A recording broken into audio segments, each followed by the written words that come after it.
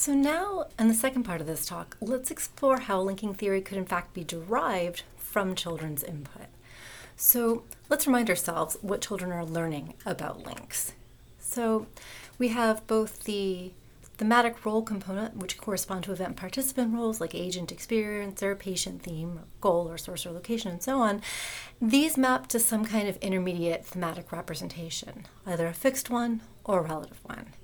And then there's the syntactic part, the syntactic positions like, say, for example, subject and object and oblique object.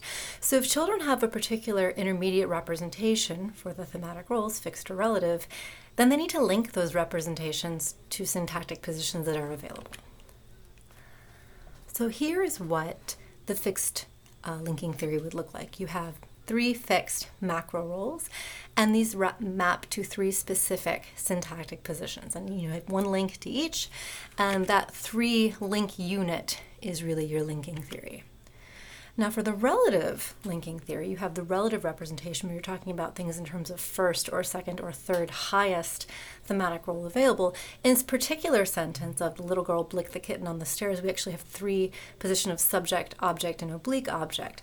But really the relative representation is about mapping to the first, second, and third highest syntactic position, right? It's all relative for the relative representation. So first highest thematic to first highest syntactic, and so on, right? And so that little unit is your linking theory for the relative representation. So this is really what we're trying to learn. And the linking theories that we looked at before, Utah and Rutah, and the derived mapping equivalents, treat these as atomic units, as 3 link theories. Okay, so then what does the acquisition task look like for a single 3-link theory? And I think it has to involve at least 2 steps. So first, you have to derive all 3 individual links from the input, and then you have to derive that 3-link linking theory as a unit from the input, right? So you have 2 steps. And how might this work? This is a reasonable question. And so let's consider one way, which is like, okay, the learner, our child, is going to consider all possible links, right, between thematic representations and syntactic positions, and just see which ones are reliable enough in the input. And hopefully it's the 3 that we want for our multi-link theory. So then the second step is to derive that 3-link linking theory from the input, right? Which means you have to construct that 3-link linking theory from those reliable individual links. Now you have your atomic unit, and you want to see if that 3-link theory as a unit is reliable enough based on the input, right? So these are your 2 steps. So what you might reasonably wonder, which is what I did when I first thought about this, is why even bother with this second step, right? Why not just have 3 1-link theories, right? Because then the acquisition task is just a single step, derive all 3 links from the input, right? And it would work just the same way. We derive all 3 individual links from the input, and we don't worry about binding them together into an atomic unit. We just have 3 1-link theories, right? And those are our linking theories, plural, right? So, whether we're talking about the linking theory children learn as one 3-link theory, which requires 2 steps, it seems, for an acquisition process, or a way that it's not normally thought of with 3 1-link theories, right, that children derive from the input, the question we really have is either of these possible, right, given the kind of input that children get, in this case, English children get.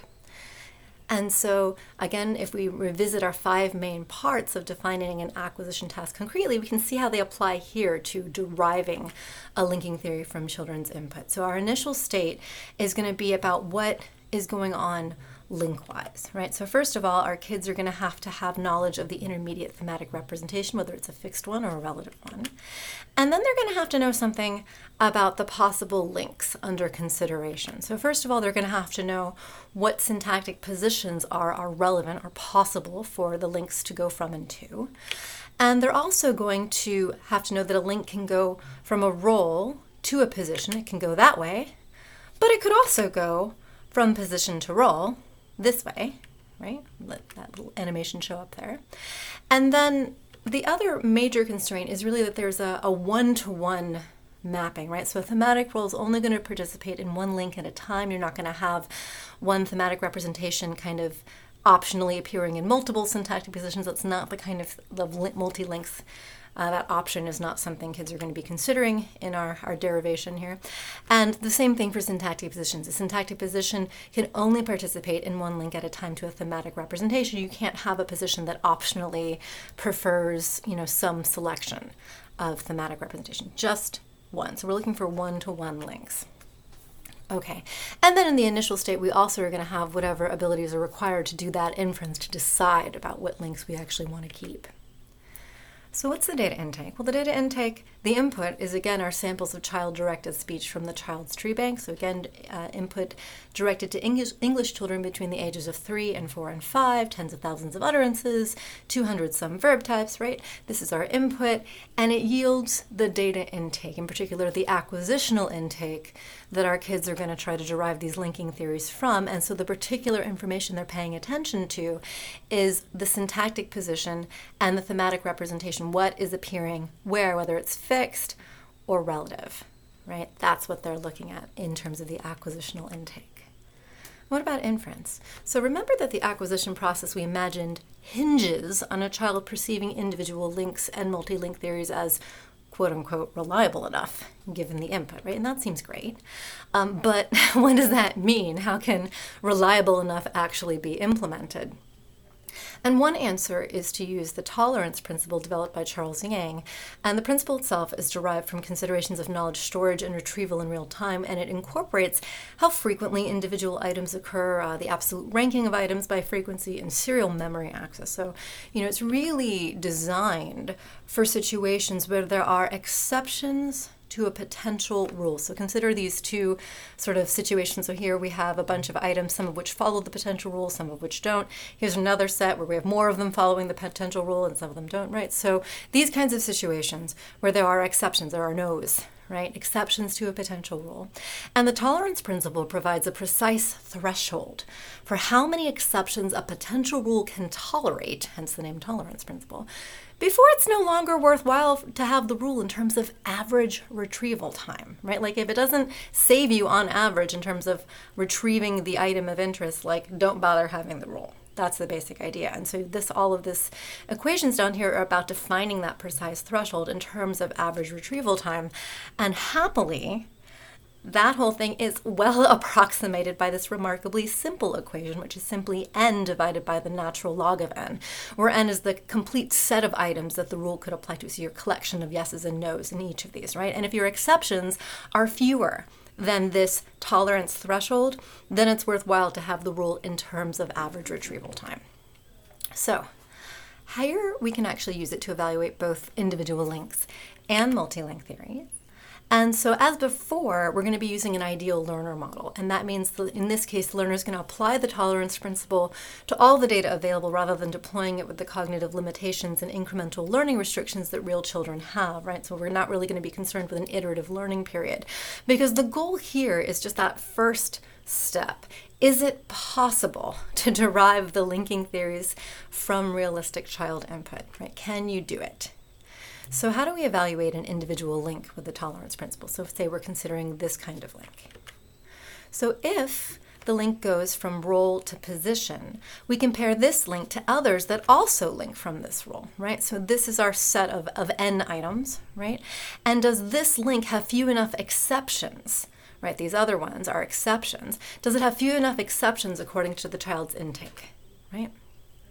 If instead the link goes from position to role, then we compare this link to others that also link from this position. Right now, these are the links under consideration. And if this is the one we're considering, these are the exceptions. And does this link have few enough exceptions, right? Less than our tolerance threshold according to the child's intake.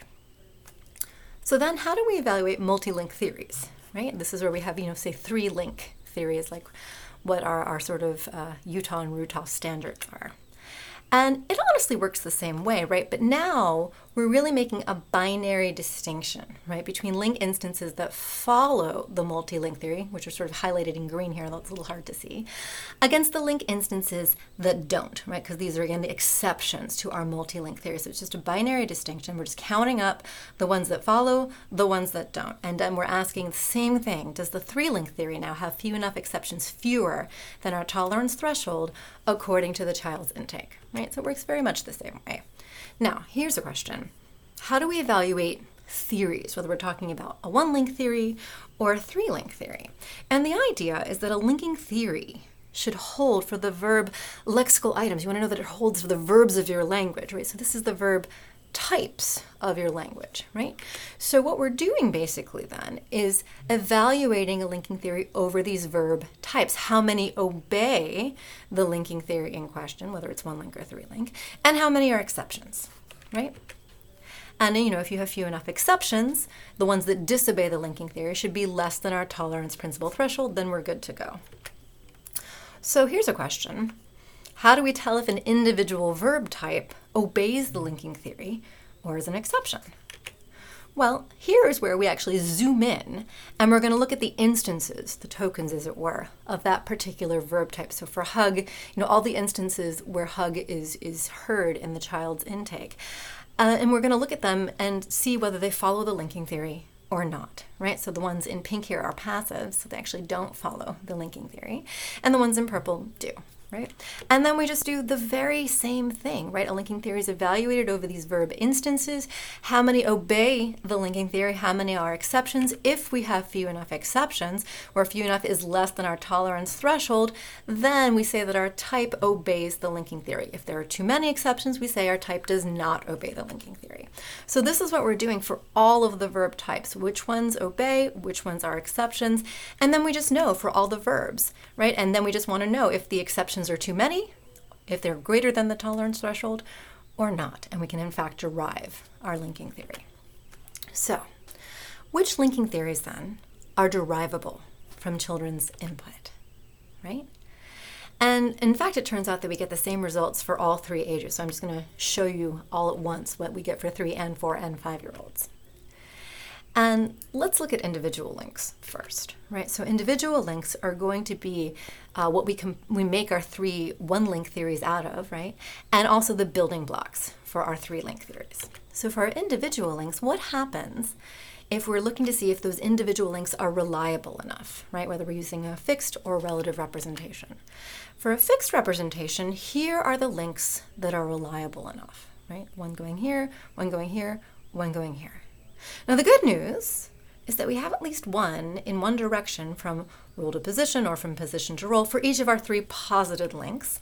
That's great. We also don't have any extraneous links being reliable enough. That's good, right? But none of the ones we want have a reliable link in both directions, right?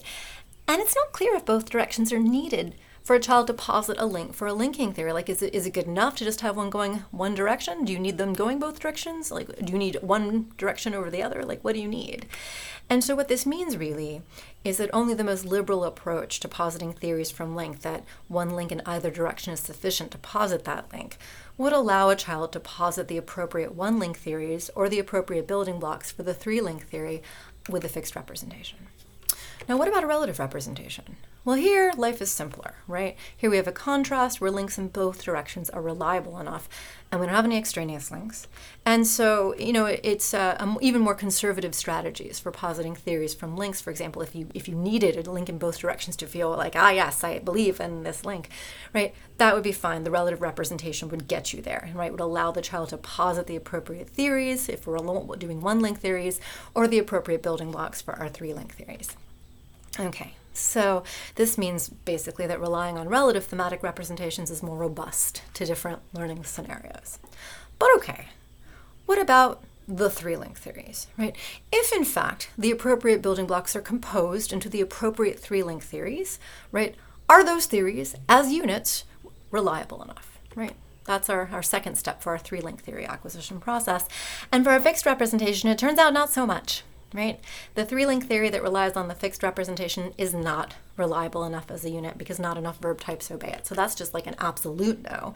Meanwhile, our relative representation is reliable enough as a 3-link unit, right? So what do we take away from this, right? So the first takeaway, I think, is that if we're relying on a relative thematic representation, it makes it easier to derive 3 one-link theories of the kind compatible with those that linguists have theorized, like a Ruta-like thing, right? Because you get both of them, and it seems easier to say, yeah, I definitely want a link between these things when you have links in both directions. Maybe you can do it over here, but it's harder, right? So easier versus harder.